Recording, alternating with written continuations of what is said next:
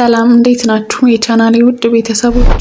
ዛሬ እጅግ በጣም ልዩና ህይወታችሁን ውበታችሁን እንዲሁም በራሳችሁ ላይ ያላችሁን እምነት የምታስተካክሉበትን ቪዲዮ ይዤላችሁ መጥቻለሁ።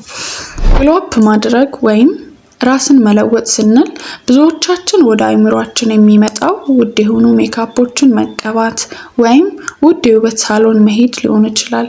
ነገር ግን እውነተኛው ውበትና ለውጥ የሚጀምረው ከውስጥ ነው።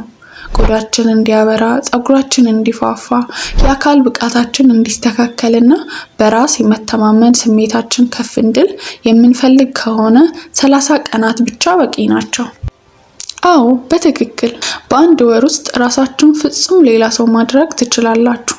ዛሬ በዝርዝር የምናየው የ30 ቀናት የግሎው አፕ ፈተና በ4 ሳምንታት የተከፈለ ነው። እያንዳንዱ ሳምንት የራሱ የሆነ ትኩረት አለው። ቪዲዮን ሳታሳልፉ እስከ መጨረሻው ከተከታተላችሁና እነዚህ ነጥቦች በተግባር ካዋላችሁ ከ30 ቀናት በኋላ መስታወት ውስጥ ራሳችሁን ስትመለከቱ በለውጣችሁ ትደነቃላችሁ።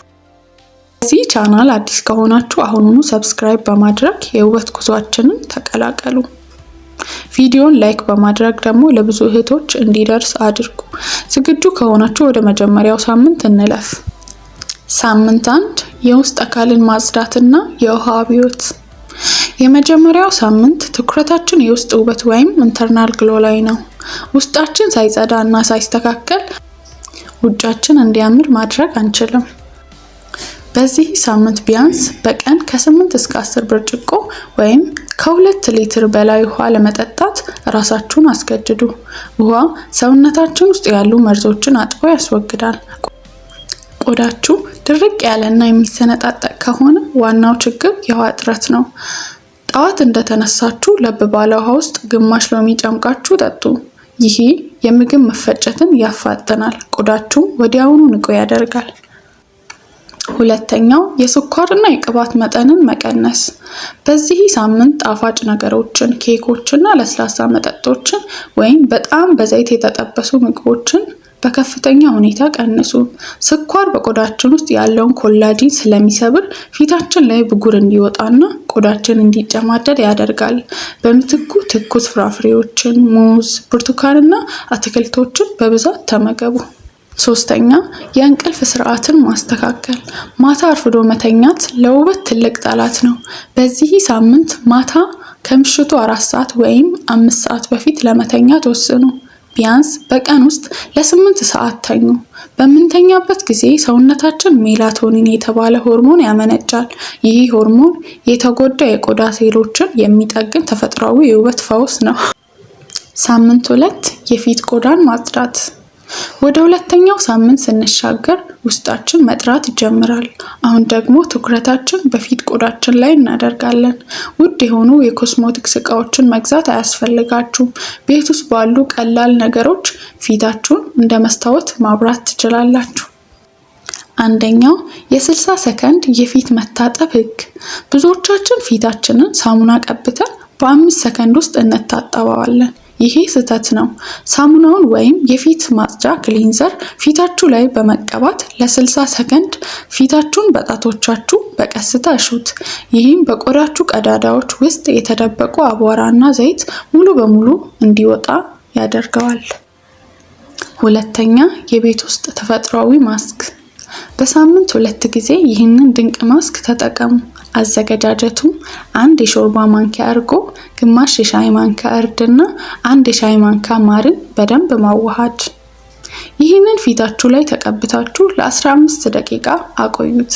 ከዚያም በለብ ባለ ውሃ ታጠቡት። እርጎ ቆዳን ያለሰልሳል፣ እርዱ የፊት ጥቁረትንና ጠባሳን ያጠፋል፣ ማሩ ደግሞ ባክቴሪያን በመግደል ብጉር እንዳይወጣ ይከላከላል። ሶስተኛው እርጥበት ሰጪ ክሬምና የፀሐይ መከላከያ። ፊታችሁን በታጠባችሁ ቁጥር ተስማሚ የሆኑ ሞይስቸራይዘር መቀባት እንዳትረሱ። ወደ ውጭ ስትወጡ ደግሞ ግዴታ የፀሐይ መከላከያ ሰንስክሪን ተቀቡ። የፀሐይ ጨረር ቆዳን ያጠቁራል፣ ያለ እድሜም ያስረጃል። ሳምንት 3 የፀጉርና የሰውነት ቆዳ እንክብካቤ። ሶስተኛው ሳምንት የሙሉ ሰውነታችንና የፀጉራችን ሳምንት ነው። ፀጉራችን ዘውዳችን ነው፣ ሰውነታችን ደግሞ ክብራችን ነው። ለዚህም አንደኛ የሮዝመሪ ውሃ ፀጉራችሁ የሚረግፍ ከሆነ ወይም እንዲያድግና እንዲፏፏ ከፈለጋችሁ ይህንን ተፈጥሯዊ መፍትሄ ተጠቀሙ። የሮዝመሪ ቅጠልን ውሃ ውስጥ አፍልታችሁ አጥልሉት። ውሃውን በስፕሬይ ማሰሮ በማድረግ በየቀኑ ወይም በየ2 ቀኑ የፀጉራችሁን ስር እርጩትና ለ5 ደቂቃ ማሳጅ አድርጉት። መታጠብ አያስፈልገውም። በአንድ ወር ውስጥ የሚገርም ለውጥ ታያላችሁ። ሁለተኛው የሰውነት ማለስለሻ ስክረብ። አዘገጃጀቱ የተፈጨ ቡና፣ ስኳርና የኮኮናት ቅባት ወይም የወይራ ዘይት አንድ ላይ ቀላቅሉት። በመታጠቢያ ቤት ውስጥ ሰውነታችሁን በውሃ ካረጠባችሁ በኋላ ይህንን ድብልቅ ሙሉ ሰውነታችሁ ላይ እያሻችሁ ተቀቡት። ከዚያም በውሃ ታጠቡት። ቆዳችሁ እንደ ሕፃን ልጅ ይለሰልሳል። ሶስተኛ የከንፈርና የጥፍር እንክብካቤ። ጥፍሮቻችሁን ሁልጊዜ ንጹህ አድርጋችሁ ቁረጡት። ከንፈራችሁ እንዳይሰነጣጠቅ ማታ ስትተኙ ቫዝሊን በደንብ ተቀብታችሁ ተኙ። ሳምንት 4 አለባበስ፣ መዓዛና በራስ መተማመንን መጨመር። አሁን ቆዳችን ጽድት ብሏል፣ ውስጣችን ተረጋግቷል። አሁን ደግሞ ለዓለም የምናሳየው ማንነታችንን እናስተካክላለን። አንደኛ አለባበስና ንጽህና። ውድ ልብሶችን መግዛት አያስፈልጋችሁም። ዋናው ምስጢር ልብሳችሁ ንጹህና በደንብ የታጠበ እንዲሁም የተተኮሰ መሆኑ ነው። የተተኮሰ ልብስ ለአንድ ሰው በጣም የተከበረና ያማረ መልክ ይሰጠዋል። ሁለተኛው ጥሩ መዓዛ። አንድ ሰው ሁልጊዜ ጥሩ ሽታ ሊኖረው ይገባል። ከታጠባችሁ በኋላ እንደየአቅማችሁ የሚስማማችሁን ስፕሬዎችን ተጠቀሙ። ልብሶቻችሁ ሁልጊዜ የንጽህና ሽታ እንዲኖራቸው አድርጉ። ጥሩ የሚሸት ሰው በሄደበት ቦታ ሁሉ ተቀባይነቱ ከፍተኛ ነው። ሶስተኛው በራስ መተማመንና አረማመድ። ስትሄዱ አትጎብጡ። ትከሻችሁን ቀና አድርጋችሁ ፊታችሁን ቀና አድርጋችሁ በራስ መተማመን ተራመዱ። ሰዎች ጋር ስታወሩ አይን ለአይን ተያዩ። ፈገግታን አታርቁ። ፈገግታ በነፃ የሚታደል ትልቅ የውበት መዋቢያ ነው። በራስ መተማመን ከሌለሽ የትኛውም ውበት ትርጉም አይኖረውም። በመጨረሻ ውድ እህቶች፣ ይህ የ30 ቀናት የግሎ አፕ ፈተና ህይወታችሁንና ውበታችሁን ሙሉ በሙሉ የመቀየር አቅም አለው። ዋናው ነገር ግን ጽናትና ትጋት ነው። ዛሬውኑ ውሳኔ ወስኑ። እናም ነገ የመጀመሪያውን ቀን ጀምሩት። ይህንን ፈተና ከኔ ጋር አብራችሁ ለመጀመር የምትፈልጉ ኮሜንት ላይ ይጀምራሉ ብላችሁ ጻፉልኝ። በየሳምንቱ የምታዩትን ለውጥ እዛው ኮሜንት ላይ እያጋራችሁኝ አብረን እንቀጥል። ይህ ቪዲዮ ጠቃሚ ሆኖ ካገኛችሁት ሰብስክራይብ ማድረጋችሁ አይረሳ።